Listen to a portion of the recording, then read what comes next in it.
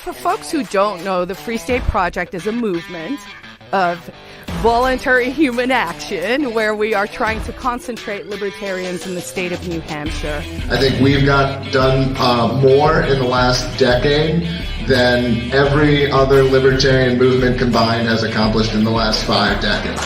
Are my friends and my neighbors who are willing to stand against tyranny, make their voices heard, and have a goddamn impact. I have a problem where too many people are afraid to say what they believe in, let alone actually do something about it. If you're afraid to stand outside the TSA line and piss off 97% of people who are waiting just to take the arm builder up their ass in 5 seconds, then you're probably not ever going to make the change. Free State Project, again, it's 1% of the Free State movement. I am a friend of the Free State Project. And would you encourage people to check it out? Absolutely. Check it out. Find out. If you like it, join and continue the effort.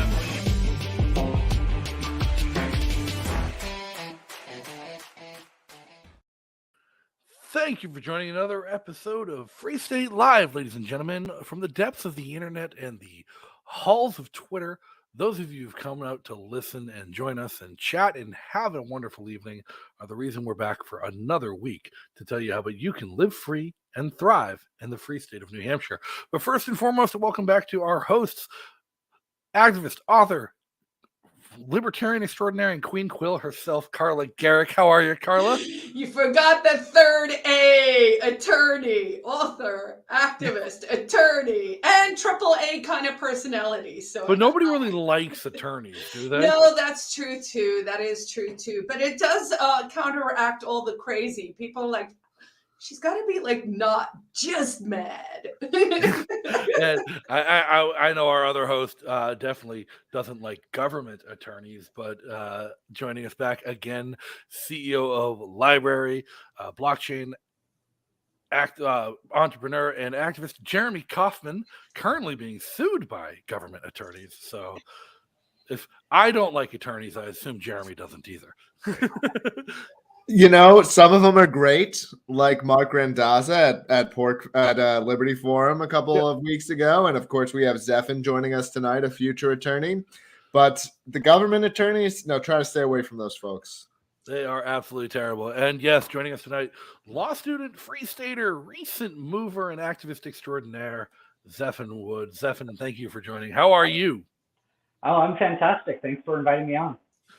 Thanks for coming on. And we've wanted to do this for a while. The New Movers panel is usually one of the most looked forward to and exciting panels we do at Liberty Forum every year, sometimes even at PorcFest, where people who are coming from out of state get to talk to people who've actually made the move, who've actually made that jump in their life, about what to expect, what's going on, and how they can get the resources they need to make that next step themselves. And in the past few weeks, we've talked to people running some of the various organizations here in New Hampshire, from NHLA to Americans for Prosperity to Women's Defense League, all the decentralized focus of the Liberty movement and all these volunteer organizations and how they put people into action to fight for liberty in our lifetime. And last week we talked to Rebecca Robin about her new job in helping activate movers such as yourself to get them into the speed of things and get involved in the liberty movement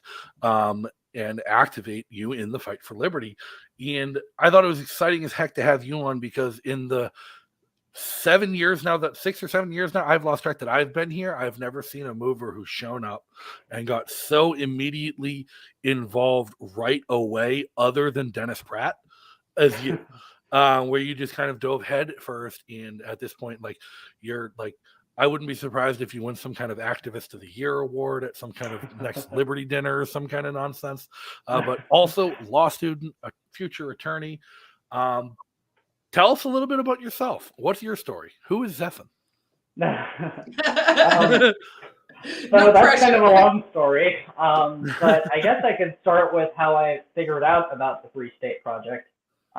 So I basically got engaged and became a principled libertarian more or less towards the beginning of COVID. I had identified as a libertarian before, but it wasn't until then that one of my friends gave me a couple of Ron Paul books. One of those was The Revolution. The other one was On the Fed. After that, I became incredibly principled, dedicated to the ideas of liberty. And then shortly thereafter, I ran into the 101 Reasons film. And I watched that all the way through, and my wife and I were looking for a place to live up until that point. We had a map on the wall with like all of these little push pins of like, oh, okay, here's an option, here's an option.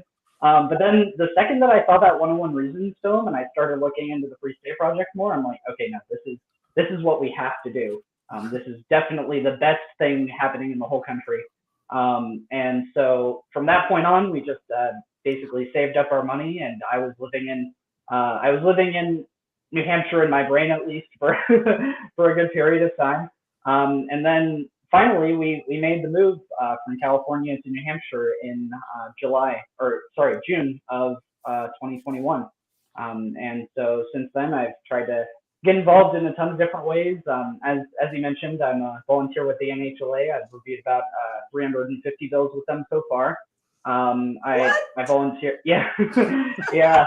Would you stop there? 350 bills. That's bananas. Wow. Yeah, I have a little bit of the weaponized libertarian autism for sure. Yes. Yeah. But sorry, I didn't mean to interrupt you, but I don't want to understate this. And I think, look, I want every libertarian to move to New Hampshire. Quite frankly, if you're a libertarian and you move here and you mostly drop out, but you still vote, I'm happy to have you. But then we sometimes get people who move who are like Zephan, and Zephan's probably having an impact that's 50x. And I'm not trying to. I love every libertarian here. I'm not trying to like comparatively drag anyone, but really having a really big impact. And I think I'm especially interested in recruiting and encouraging people like that to move, because Zephan probably had as big or a larger impact on the last legislative session than any specific rep. I'm not saying more than every rep, but if you said the average rep who impacted legislation more, it might have been Zephan, because he's reviewing all these bills, and a lot of people are paying attention to what New Hampshire Liberty says. Now that's speculative. We can debate that claim specifically, but like there's no question that Zephan's came and he's had a really big impact, as Justin said, just in his very first year. And I think that, the more that we can get people here who are really talented, and I think Zephan's in this category, you can really make a big impact very, very quickly. And so, I wanted to call attention to that.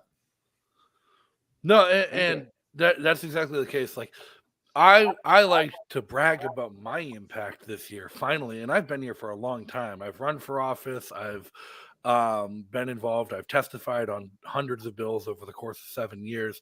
But like this year, I had 2 bills I wrote that were heard in the House. And that was what I consider the biggest impact I've had since I've moved here. You reviewed and gave a recommendation on over 300. And there's something like 100 state reps that take that recommendation every voting day to decide how they're going to vote. So that's an insanely huge impact. I mean, the Free State Project wasn't invented in a day, I mean, I just got here. Like all the infrastructure was basically laid out for me. Like, people just handed me the tools and just, allowed for me to have the freedom to, help out the way that I could. If it wasn't for all of this libertarian infrastructure in the state, we would just be trying to spin a wheel, like we're in a hamster wheel without getting anywhere. It's the people that have really laid out the groundwork over the course of the past 20 years that I think should really get the praise for making it so easy for people like me to just jump in. Well, it's exciting because it feels like the groundwork is really now going to pay dividends, right? Like it's, if you build it, they will come. And so, we've built something and people are coming, thank you. And then hitting the ground. And I think that's really going to be something we're going to see more of going forward. Is I think that's going to be the next level secret sauce, is this notion of, oh, you know what, actually the infrastructure is there and how do we leverage that even more? I love that you're reviewing 350 bills, but there are still bills that weren't reviewed, so we need more people. Also, someone needs to explain to me why there are over 1,000 bills that are introduced every year. Here's the question I have. What could we possibly still be regulating? I'm just like every year. So that is something we just got to start sunsetting, you know. Well, a good number of the bills this year were deregulating stuff. Yes. Yeah. And the answer on that one is New Hampshire is a very unique state politically where any legislator can submit a bill. We have however many, like 400. What's the number? Zephan? Yeah, 400. 400. Yeah, 400. Zephan, give it with more digits. No, is it exactly 400? It's exactly 400 state Okay, all right. Good reps, I thought it was like 24 senators, Okay. 5 ECs, 1 gov. Any state rep can submit a bill. And unlike so first of all, that's a larger number of reps than a lot of states have. But then beyond that, unlike in a lot of states, any rep can submit a bill and every bill goes to the floor if that rep wants it to. So that's, there are pros and cons to this. It does mean that you get a lot of terrible bills, but it has also made it possible to get a lot of things done where in other states, I think those bills would have gotten killed in committee or would have gotten killed through various process mechanisms. And here, because of the sort of, I don't know what the word for it would be, but because of the nature of the legislature, these bills were able to get submitted, and sometimes they pass anyway, despite the sort of political machines not wanting them to pass. The political machines are very weak here, generally. The Republican Party and the Democratic Party both are not good at controlling their members in the way that they are in other states. Although, the Democrats do a better job. I was pretty shocked, honestly, by how easy it was to just get plugged in and to have a huge impact. It felt like in California, I was doing so much work, but wasn't really seeing a lot of results with that work.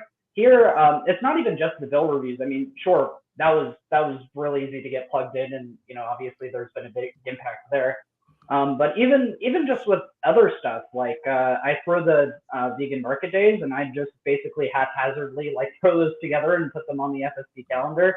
And usually 30 people show up, depending on people's schedules, and regardless of what people's interest is in respect to liberty, people are just able to get tapped in, regardless of what their interest is in regards to liberty. And so far, that's been one of my favorite things of New Hampshire, because everybody has sort of their own pet niche project that they're working on to make the state even freer. So back to those 350 bills that are blowing my mind. I know you did. I think it was you that did that brilliant tweet that kind of talked about some of the victories and some of the things, and even just to give folks out there a flavor of what people are working on. And of course, to Jeremy's point, if you're passionate about something, you can actually come and introduce a bill. You can go to your state rep and do something, so I'm sure we'll see things on food freedom by way of example, right? So let's not go over all 350, but give me some highlights or ones that you think might appeal to people who are still, sort of on the fence, or something that's cute and sexy. Your favorite one, I guess. Well, I could certainly give some of my favorites. So in that tweet thread that you were talking about, there was one, I believe it was HB 1178. It would essentially nullify certain federal gun laws. And so that one I find really compelling, because as we see gun control going down the pike on a federal level, what most people forget is the enforcement of federal laws mostly happen on the local and state levels. So if the state or local cops don't enforce unconstitutional or immoral gun control laws, they basically can't enforce them. You essentially have to have federal agents come into the state, and that's way more expensive, way more time consuming. I mean, if you look at how many employees the ATF has, it's just not really feasible. It would be, and especially with New Hampshire, it would be essentially like trying to do thousands of Wacos, more or less. So that's one. There's another really good nullification bill that essentially would make it so that there would be no state or local law enforcement for any COVID like federal regulation, in particular the vaccines.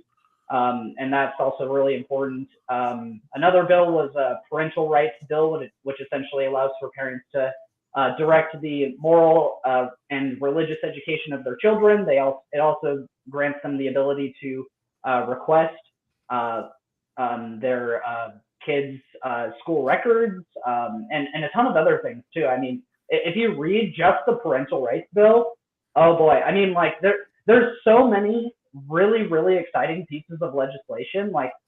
Honestly, people act like the bill review is like, oh, it's so drudging or whatever, but I felt like I was reading Pulp Fiction, you know? I just couldn't wait to like see the next one. I'm like, oh, what are they gonna say next? You know? So I honestly have had a really good time with it. Oh man, Okay. I don't want to discourage this, but you know, as a programmer, reading bills is like reading the worst programming code that I've ever seen.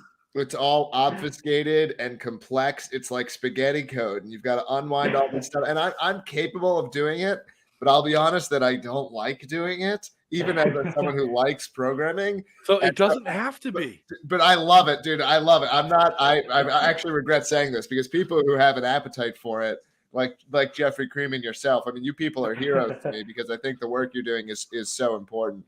And honestly, it's the kind of work that people can get involved with before they move. And if we can bottle Zephan, if we can bottle whatever that enthusiasm just was into a training to help people understand that it's like reading Pulp Fiction, that's the soundbite. I mean, then let's do it, because that is value that can really genuinely be added from back home. Like it's nice when we all get together. I mean, we have an incredible community, but this is the nerdy stuff we can do behind the scenes or, like while something's playing in the background. It's stuff that you can do from home and that people can start to contribute. How would you tell someone to get started? Like if someone's like, yes, when I read bills, I also feel like I'm reading Pulp Fiction.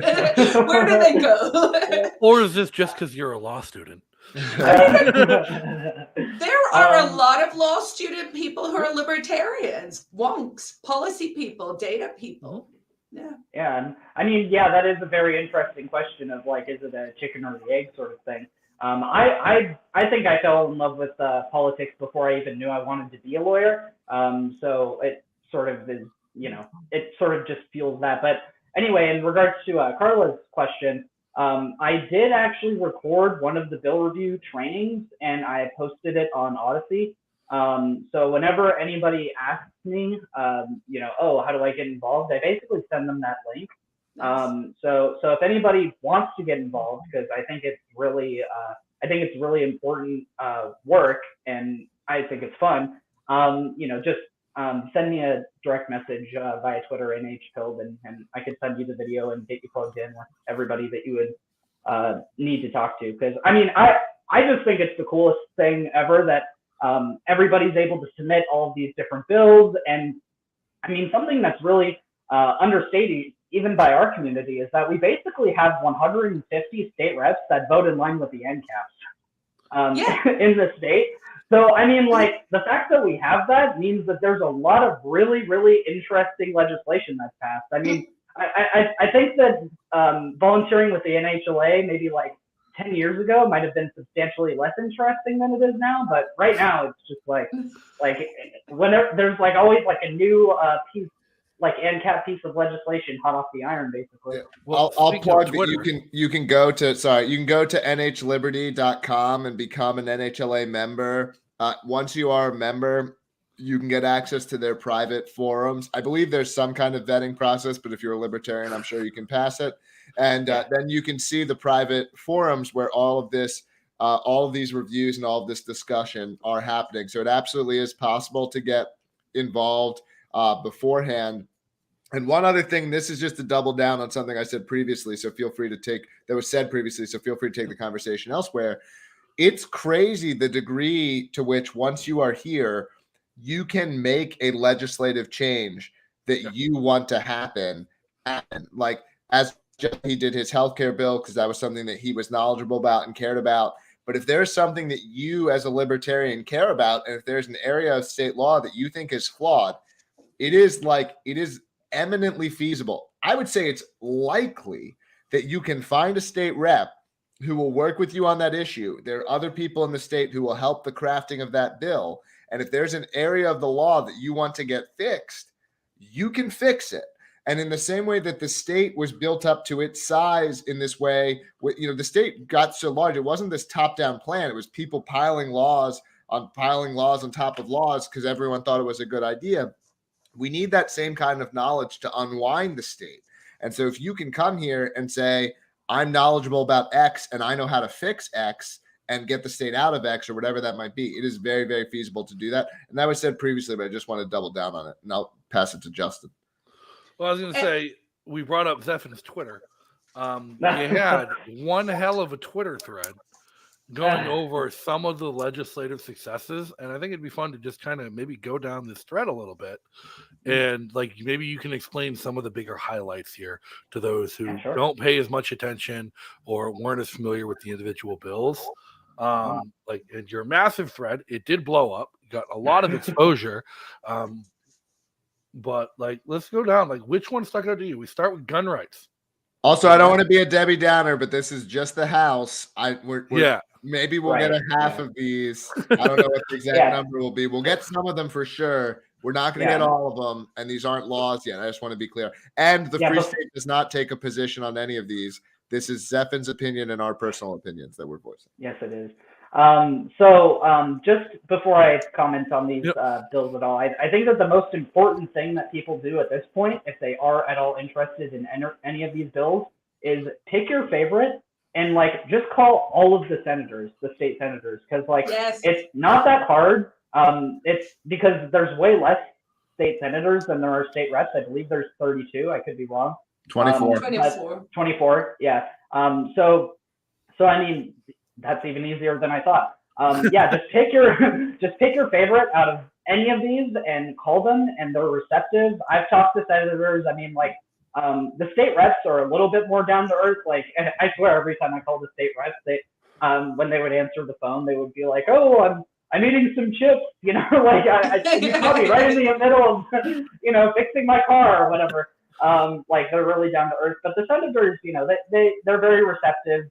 Even if you don't live in the state, you could pose your arguments to it, and they're generally pretty receptive to it. New Hampshire is a pretty easy state to just interact with the reps. So just wanted to preface that before. The first thing I want to point out about your Twitter thread, before we even get into any of the bills you talked about, any of the wins you talked about in the legislature, is just the fact that there is such a big cultural win for libertarians in New Hampshire right now that the left is actively protesting libertarians and actively doing mailers and putting together political cartoons against libertarians.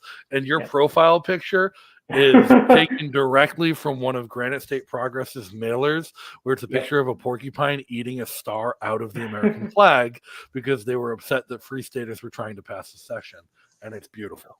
So, a referendum on secession. There was yes. Yeah, who would have guessed that the Democrats hated democracy so much? So let's go down the list. You start with HB 1178. That's your the basically annulment of federal laws. Right.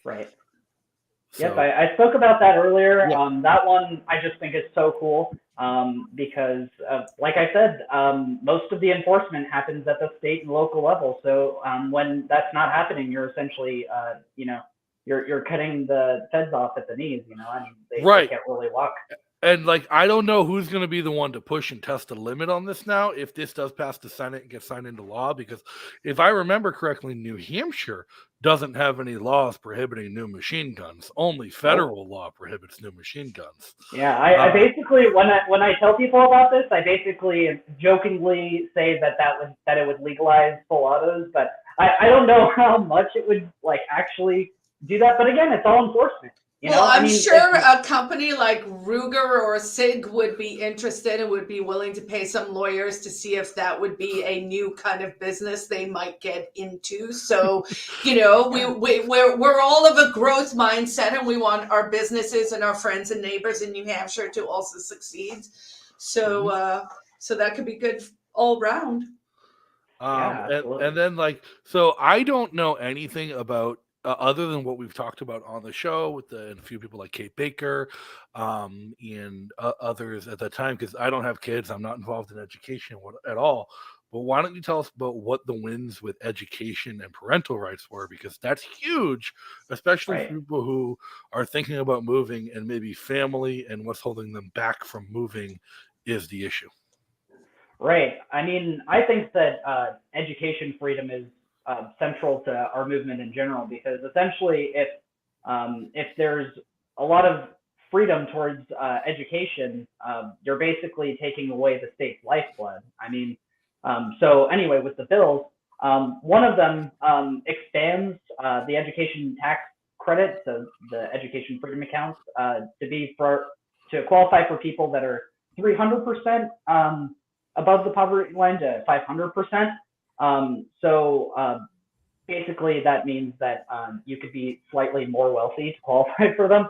I personally think that there shouldn't be any sort of restriction on it at all, obviously, because if you're paying those taxes and your property taxes, you should receive benefit from it. But I think it's a step in the right direction. Also, something to note, as we said earlier, I did review a lot of bills. And I felt like every other bill that I was reviewing was like some bill that the Democrats were submitting to either eliminate the education freedom accounts or like heavily restrict them, or to just like criticize them or whatever. Like, so they really hate this, and they tried to kill it, but it's sticking around for sure. We were able to quash that, and I think that the education freedom accounts will be around for a long time, because it seems like people really love them here. This would actually be an interesting plot point for the nerds watching the show here. The Queen wants some data. It would be interesting to see if we took, sort of bills that we've recently passed, let's say over the past 4 years, things like the education freedom accounts and stuff. And when I say we, I mean Liberty people in New Hampshire, i.e., tens of thousands of people. Whether there's a concerted effort, if there's, like you just said, Zephan, like 15 counter bills or 30 counter bills to the EFAs, we can actually show that it's targeted stuff, right? Like, because I noticed that in terms of the trend as well.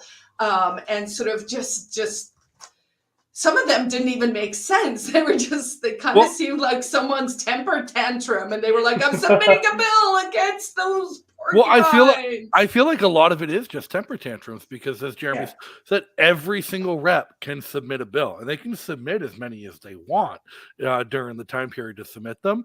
And they generally don't go to the party caucuses and say, okay, let's caucus for a year and figure out what bills as a party we're going to submit. People just get mad and submit a bill. And oftentimes you'll look and there'll be 5 or 6 bills on the same subject. And then reps will start sponsoring one of them and withdrawing the other ones once they realize that they all did the same thing. Like this year with the getting rid of vehicle inspections, there were 5 separate bills to do it. Sponsored by 5 separate reps, one of whom was a Democrat and 4 were Republicans, and only one of them ended up advancing once they all signed on to it. Can we think of any bill that could be a true crossover that everyone would kind of get behind? Legalizing weed? I mean, you would think, but apparently not. I mean, one of the problems that we have to face and think about how we deal with, and maybe some of our behavior is exacerbating this, but discussion. I don't know. You can reply live. I don't care. Like, we're dealing with a lot of the progressives and a lot of the Democrats are becoming anti-free state or reactionaries, where common sense legislation, like some of Keith Ammon's stuff around, Bitcoin and these kinds of things, where it's like, these aren't fringe issues. This is common sense stuff where once they see that there are a lot of free staters behind it, they just adopt the opposite position. And this is part of what I think, compared to most libertarians, the Free State Project is good at recognizing, is that politics is not about policy. We libertarians might have legitimate policy preferences, but most people do not. It's a tribal warfare. It's a tribal battle. And these people are interested in power, and they adopt the positions that they adopt because it lets them retain power. And so they see us as a threat to their power, and they will adopt positions that allow them to retain their power, which mainly means opposing us. Now, there are some, and Justin mentioned the Democrat who introduced the bill to remove state inspections.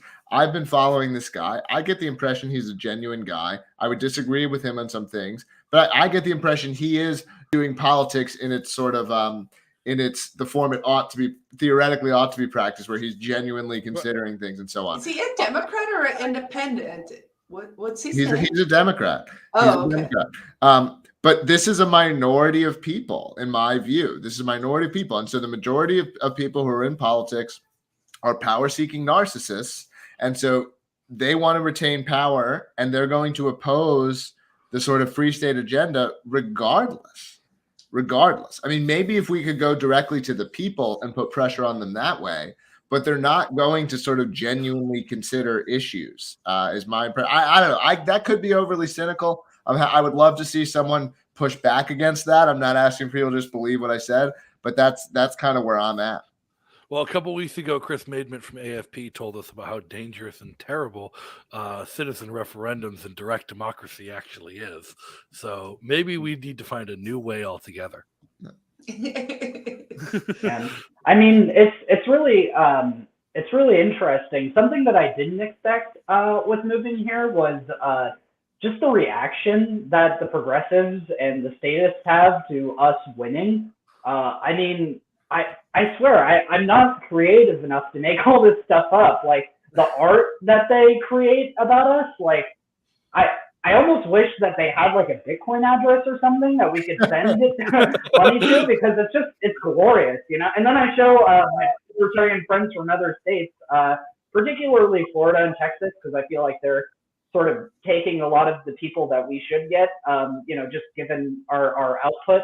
And they're like, oh my gosh, I can't believe that you guys are winning so much there. And I think that really helps me, continue to move forward. So even though they think that they're, that them fighting us is like hindering us or is doing any of these things, no, it just really like throws fuel into the fire for me personally, at least. I almost feel like they're following the playbook that we used 10 years ago in terms of how we started to get the message of liberty out, right? So letters to the editor, signs on the corners, attacking the establishment. This was before, obviously, social media was at the prime that it is now. And so I'm like, look, some of them are kind of going, we see what worked and now we're replicating it. So I think part of our job is to not lose sight of those techniques. We are still talking to our neighbors. We should, and as much fun as all the stuff is, it does depend on who sees it in terms of how it makes them feel. And we've always had this tension where there are two audiences. There are people we're trying to bring in for who you probably want a more hardcore message, because that feels like, oh, we're libertarians and we're winning. And that story is true. But then also there's the story of we want to build a peaceful, prosperous place for our friends and neighbors. And that story is also true. And they can't stand that, right? So you mentioned that was something that surprised you. What are other things that sort of surprised you as a new mover, or that you just loved?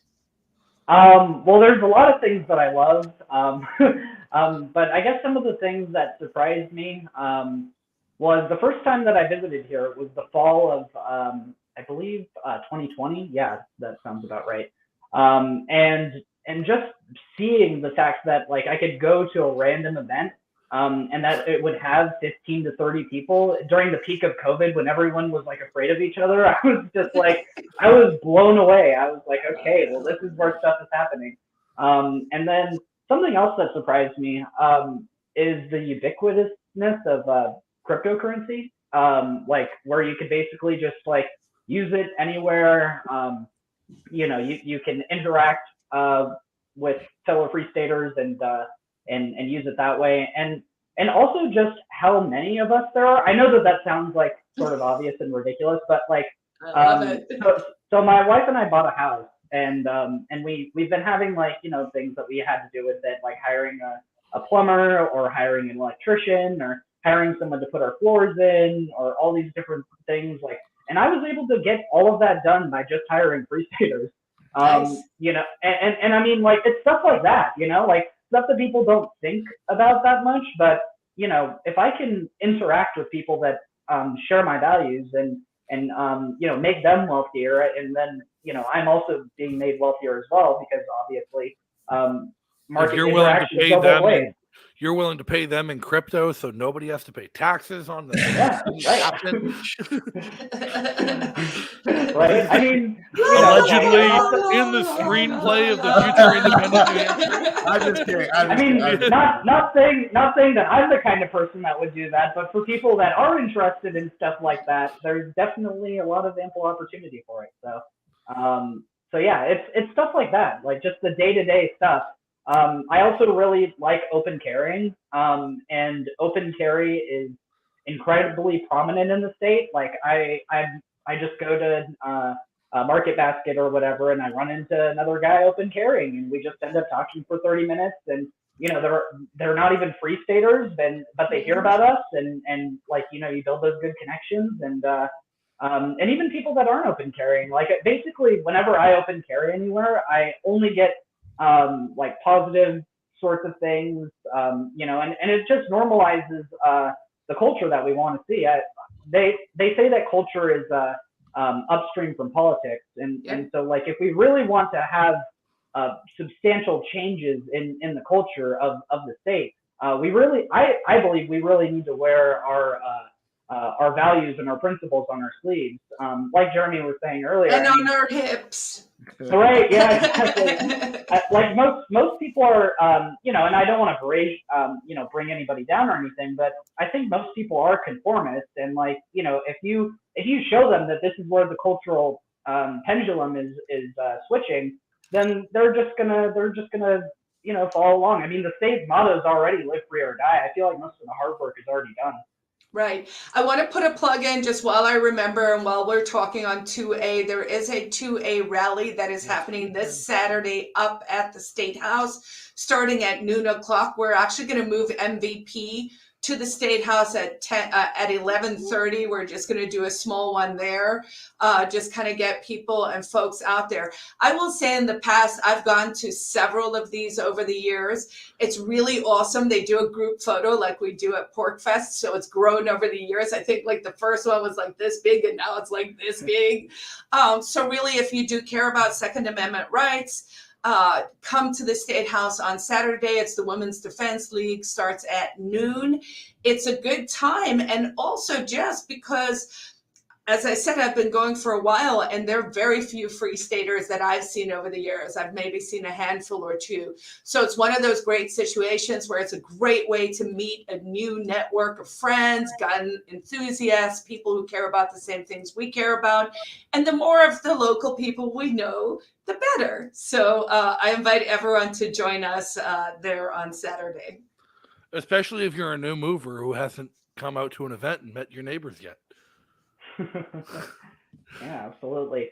That one I'm really excited for, because I feel like almost every protest in New Hampshire becomes like a First Amendment and Second Amendment rally. But this one is like very explicitly a First Amendment and Second Amendment rally. So this one I definitely wanted to make sure I didn't miss.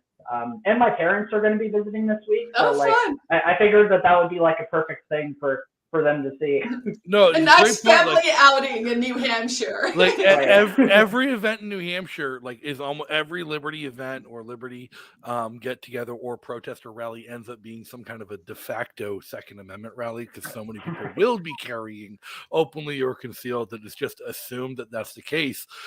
It's really funny because a Democrat state rep actually tried to put in a bill specifically to ban carrying at protests because of free staters this year. But I remember it got crushed, by the way. Yeah, it got destroyed. Even, but I remember Tim Pool made fun of him on Twitter. It was pretty funny.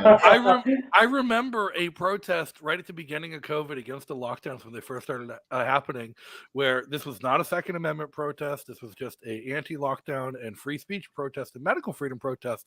And at some point, people started freaking out about a drone that kept flying overhead. And Carla had to yell, "Nobody shoot the drone! It's ours! It's taking pictures." I want to comment on this a little bit because I do think something that happens here is that we end up in not that anything anyone was saying was false, but like there are a lot of libertarians who aren't necessarily embedded in a 2A culture where they're coming from. I was one of these. I think there's a lot of free staters who meet that criteria. I came from Philadelphia. People do not open carry in Philadelphia. That is not something I ever saw. I don't know if it's against the law or not. I honestly couldn't tell you. But that is not just open hand slap. Is that yes. it? I don't know. But that is not something I ever saw. I didn't grow up in a family that was big on firearms, that kind of thing. And it's something that I've really come around to quite enthusiastically since moving, because it attracts the right people and it kind of bothers the wrong kinds of people. And so even if you're someone who thinks, oh, well, I don't know, is this necessary, or I'm not in love, even if you're not big on guns yourself, but you support the rights, it's a big benefit in terms of the cultural change that happens within the state. Because I'll tell you, I see so many people who have terrible political opinions who are like, I hate the gun culture of New Hampshire, and it turns me off. It turns off the worst kind of people. And it wasn't something that was attractive to me when I came here. It wasn't a negative, but it wasn't part of why I moved here. It was not a part of, like, I like New Hampshire for other reasons. But now that I've been here and I've kind of seen how it changes people's perspectives, I've become even more in favor of it. And so I do want to say that, like, you don't have to be an enthusiastically pro-gun libertarian to fit in around here. You don't have to carry a gun. We like the people are doing it, and I think it's moving the state in a positive direction. But I also want to say, like, it's not something that you have to be doing either. And so I just wanted to just kind of like create, And for every person you see open carrying, assume that there are two people concealed carrying. Just on a quick side note, like one of maybe I'll get some diversity points here. One of my best libertarian friends is a guy that hates guns. So, like there's definitely people out here that are like that. If it's not your thing, definitely don't feel compelled or anything. I just came from California, which is terrible for that kind of stuff. So when I came here and I was able to do basically like, whatever I want in regards to carry or firearm ownership, I was just incredibly excited. So, like I said, come here and do whatever makes you feel the happiest. I mean, that's basically what we're trying to create here. Yeah, absolutely. But more importantly, like, do something. Like Jeremy said, he's willing to take a libertarian who shows up here, drops off, and just votes. But like, there's still plenty of libertarians who show up here, drop off, and don't even vote. Yeah, those I don't like those so much. Yeah, you gotta. But I endorse not voting outside of New Hampshire. By the way, I don't care if you vote anywhere else. I just care once you're here. I want you to vote. I wasn't a big voter before I came here, but now I feel like we're just achieving. We're literally like this notion that you can't like. But you're voting for your friends. You're literally voting for people you know. Yeah, like it's literally working. Like I get the sort of anarchist disdain for voting, and there's some sort of like philosophical purity to it or whatever, but it's like it's literally working. The state is literally getting freer. People are literally like more free than they were the year before, and it's because people are voting. So I do think that's like the bare minimum. And also, I'll say you got to vote in the primaries too. Not the primaries are arguably more important. More important. Yeah. Yes. And so you've got to get out and vote. There's one year I'll shame myself. I missed a primary. I missed voting for you, Carla, and I've carried that guilt around for some time. I think now I'm gonna lay it on you. Yeah, I think it's the only one I missed. I voted for you a lot. I voted for you many times. Thank you. I felt really guilty about that. And so I think it's really important that No, and honestly, I think, if we're talking about what kind of culture we're creating, and of course, ultimately the culture is a culture of you get to do what you want and I get to do what I want, right? Mind your own business and don't make your problems mine, right? And we'll throw some property rights in there. But, everyone gets to do what they want and what their strengths are. What are some of the things you'd like to work on, Zephan? So, I mean, I feel like I could improve on the bill reviewing, to be completely honest. Like, I could add more, to the You review. can improve on being the best? Yes. Yeah. I mean, of course. There's high standards. There's that one famous Jordan Peterson quote. I think it's from his 12 Rules, which is essentially like, don't compare yourself to others, compare yourself to how you were yesterday. So ideally next year, if they continue to pump out the bills like crazy like they did this year, maybe I'll review 400, maybe 450, who knows? Is there anything where you're like, oh, this is something I'd love to change? Just a passion project. You mentioned you're vegan. Like one of the things I always said when I was running for Senate was, like I'd like to legalize psilocybin, right? So you just start to introduce another thing, right? So it is incremental, but it also helps people by explaining the arguments as to why we believe these things. I think that in regards to the vegan thing, I'm pretty hands off about it. Like, you do you basically, I think is the libertarian position, but there are things that happen. I haven't done a ton of research yet into this aspect, but like, I know that in other states, sometimes state taxes are used to fund animal testing, or they're used to fund like animal agriculture and stuff. And I think that that's something that, because I know that there are a few reps in the state house that are Democrats, but like their big issue is animal rights. And like there's maybe 2 or 3 of them. But if we could like maybe build a coalition where there's like some Democrats that are like, oh yeah, well, we don't want this abuse happening to animals, and then you have like the libertarians that are like, oh well, we don't want government funding basically anything, but especially not this.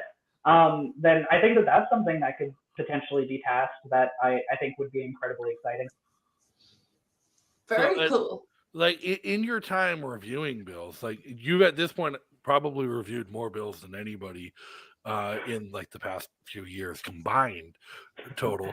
Like, what are some of the topics that you've expected to come up that just like you haven't come across? Like, what are some bills that like you would expect to see that someone is a new mover coming from California who's not fully ingrained in New Hampshire culture and taken over by New Hampshire culture yet? What is surprising you that you haven't seen come across your review desk? I don't know. That's kind of a hard question. I mean, like, tell me about your imaginary friends. I was surprised. There was this one bill that I reviewed that essentially legalized like frozen raw milk frozen yogurt and raw milk ice cream. That was one where I was like, and originally that was one that I had to re-review because like whoever reviewed it first like had it as low priority, and I'm like, no, this is like a cultural war issue. Like it needs to be medium priority. For basically when we review bills, like it's like, oh, how do we rank this? Is this like a high priority bill or like low priority? Like so, this one was at least medium. I thought, like, because even though it was kind of minute in terms of like its impact, it's really, food freedom is really integral to liberty in general. So that's one that I saw and I was like, what the heck is this? and can I want to provide some context for this because there's some history for this and you may not even know this, Zephan, but maybe you've heard it already. But yeah, basically, raw milk was legalized several years ago. I don't know how many years ago. And what happened was the Agricultural Commission, or one of the food regulators, despite raw milk being legal, chose to make the subjective interpretation that raw milk food products were still illegal. And so the legislators had an intent to legalize all of this stuff. The regulators, because that's who they are, chose to say, well, no, the law isn't clear that ice cream, like despite raw milk being legal, it's not clear that you can put it in foods. And so it took a couple of years for the legislators to go back and ultimately fix this. And it shows the challenge of writing legislation that does what you actually want it to, because there was a clear intent to legalize this several years ago. The regulators got in the way, and then the legislators had to go back and fix it. And I will tell you, this is such a hot potato issue. The first question that was asked in my legal deposition for a wiretapping case was, what is Free Staters' issue with raw milk? That was literally a question in my deposition for something entirely unrelated. And sort of to Jeremy's point, this is a danger. When you ask the government for permission, then they will say, oh, well, then we didn't mean those things, right? And by way of example, the reason why one of our Free Stater state reps got involved, Herschel, back in the day, was that they wanted to start a fermentory. They wanted to open a kombucha store. And the state actually said there are no laws banning kombucha. No, there are no laws allowing kombucha. Therefore, it must be illegal. And we were all like, should be the exact opposite. Like, that is a crazy way to approach life. Everything that is not illegal, everything that is not explicitly legal is illegal. I was like, no, that's not. Well, the crazy part, like, to that is like the understanding of what, like, the way constitutional carry got its name was because Vermont had just failed to ever even consider passing a gun law for like the longest time in their history. Vermont, it just never became an issue. No state rep in Vermont ever thought to submit a gun law. And then like some teenager got arrested with a gun at a place where you'd think a teenager shouldn't be able to have a gun. And when they went to court, they're like, well, it doesn't say he can't. So I guess it's constitutionally allowed. Like the courts in Vermont took the opinion that unless you specifically ban it, it's legal, and applied that to guns. Yet regulatory agencies in New Hampshire took the exact opposite approach to milk. Yeah. I wanted to make a slight note on something that Jeremy talked about the raw milk. Like there is a lot of legislation in which like they're essentially trying to right the wrongs of the fact that they didn't include it in the first place. Like another one was essentially it would allow for constitutional carry on off-road vehicles. That was something that was just grossly overlooked, but it looks like it's going to pass. And I mean, a lot of this stuff is so ridiculous because I sincerely wondered if like there are any cops that would basically like enforce. Yes. So it passed this year, but it didn't pass 4 years ago the first time. So after constitutional carry, the very next session, they tried to clean up that mistake. They're like, oops, we missed this. Let's do it. And Fish and Game showed up in force with state troopers and Fish and Game officers to testify against it. And Fish and Game's actual answer was that it was a source of revenue to ticket people they caught carrying on off-road vehicles. Oh my gosh, that's ridiculous. But I mean, again, like this is something that like people that are interested in the law can really help with. Is that like for some reason like people don't tend to share this passion that I have, but like I think that like there's a lot of really fertile ground here for like if you're really interested in legislation or if you're really interested in like that sort of process, like you can make a huge impact by doing what Justin did, which was basically drafting bills to give to the state reps. And like, you can basically think of like all the little holes that like you think this bureaucratic state will try to poke into it, you know, and then you're making a huge impact and you're making, you know, everybody that lives here lives better. So yeah, I think it's part really of it important. is that we, sorry, Carl, I'll pass to you. The libertarians, like I was hopeless before I came here that like libertarians would win. And we're so used to losing. We have this mentality of like losing, of things always getting worse. That this idea that like it's so feasible here that it seems like a dream. It seems unbelievable. This idea that like, oh no, you can literally just be like, what if we pass a law to fix this? And not like it will literally get submitted and it will literally have a decent chance of passing. That like people have spent their whole lives kind of developing this orientation towards that not being feasible and that not being possible. And it's so feasible. It is. If you are listening to this show and there's something that you want to have better state laws about, federal laws are trickier, but if you get clever enough, it might be possible.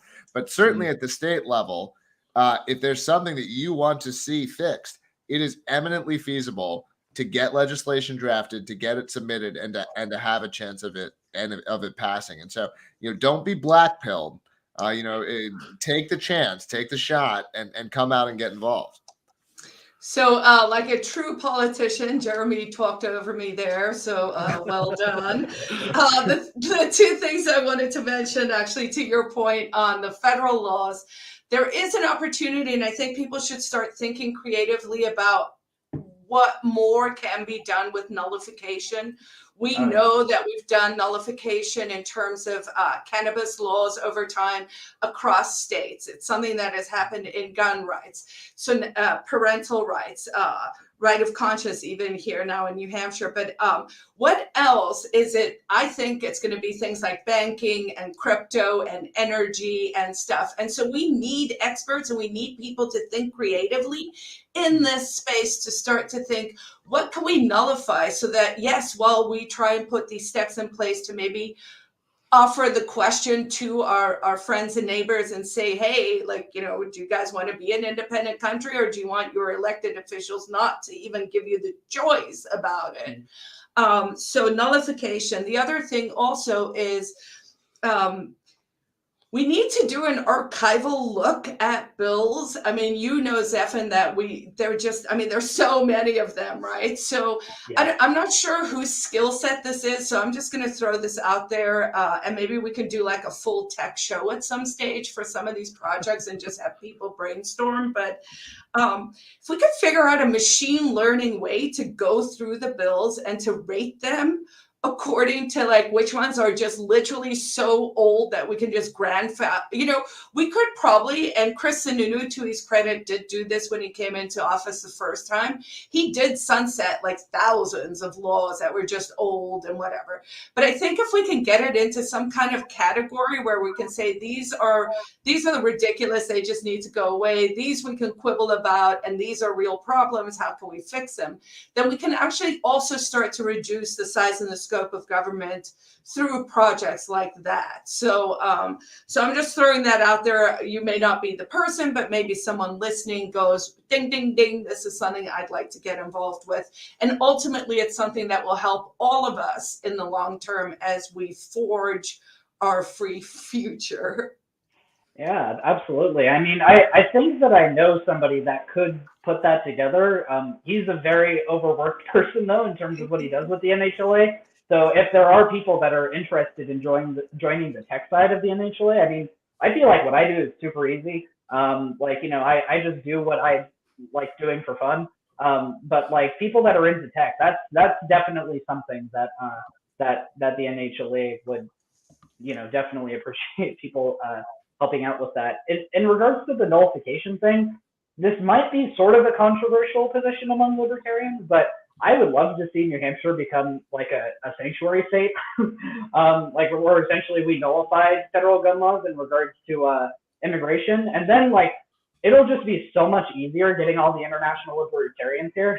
I mean, just look at how many international libertarians have made a huge impact. Carla's here, Rebecca Kin, she's an immigrant. I mean, there's so many people. Lily Williams. Right, yeah, Lily Tang Williams. There's so many people in this state that have made such a big impact. I think that in the United States, a lot of libertarians take the fact that New Hampshire is the libertarian homeland for granted. But I have talked to way too many people online to realize that the international libertarian community is oh yeah, this is where it's at. If we get into the US, we aren't going anywhere else. Right. Yes. Yeah. So.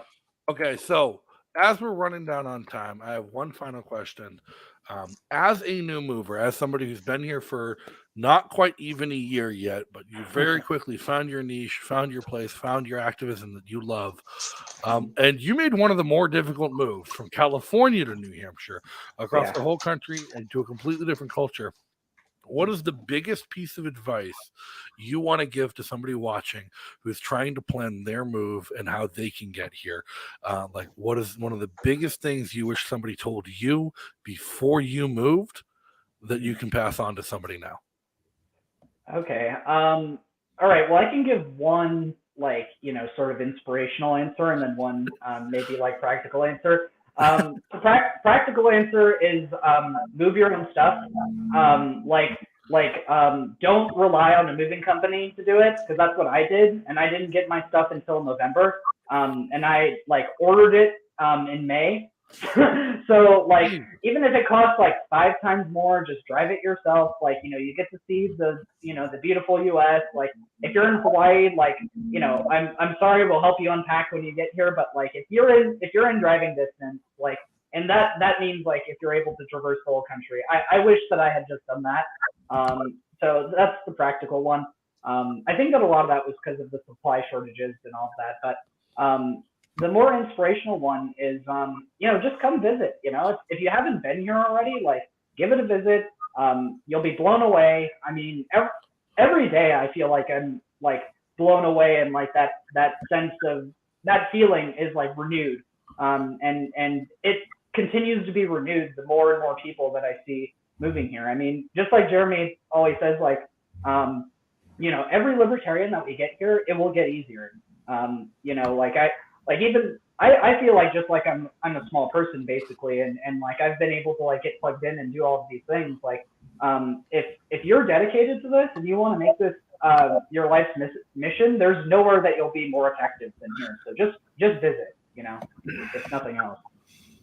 And there's no better time to visit than the current time. And if you're looking to plan your visit, you don't know how to get here, don't know what steps to take, you can just go to Free State Project/visit New Hampshire, and Chris Lopez, wonderful, awesome person, will help you plan your visit to New Hampshire, where you can come meet all your new friends, future neighbors, and awesome Free Staters.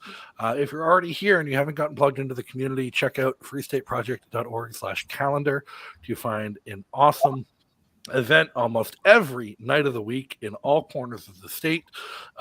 Usually 3 to 4 events a day on weekends, from move-in parties to just hangouts to dinner get-togethers across the state. And if you are in the process of moving, make sure you tell Chris and tell the Free State Project so you can organize your welcome wagon, help and people to help you get moved in. Other than that, I know we're almost sold out of PorcFest tickets, so definitely go check out porcfest.com. The handful of remaining tickets, I think, are sold out. We're sold out. We're still selling. Okay. We're gonna figure out some tricks, but we sold 2,500 tickets last year, which was the sellout. We're at 2,700 already. So we're libertarians. We're gonna figure it out. But we're kind of flying by the seat of our pants a little bit. It's going to be very best way to do it. Sprinters go for. You should grab them, because we might turn them off at any time. We're kind of trying to figure out how full we can get. Wait, and that's porcfest.com. Go right now. If you want to be a great libertarian anarcho-capitalist, you can just anticipate the secondary market once they do turn them off. So imagine what that'll be like. So take advantage. Go get your PorcFest tickets now. It's going to be a great time. It's going to mark Zephan's 1 year here at that point. So it'll be super fun. I'm looking forward to it. Zephan, thank you so much for coming on tonight. It was such a fun show, great show, informative show, which I love that we're doing more often as more informative shows. So everyone, if you have any questions, you can leave them in the comments. Tell us what you thought of the show. Tell us what you want to hear us cover on future shows.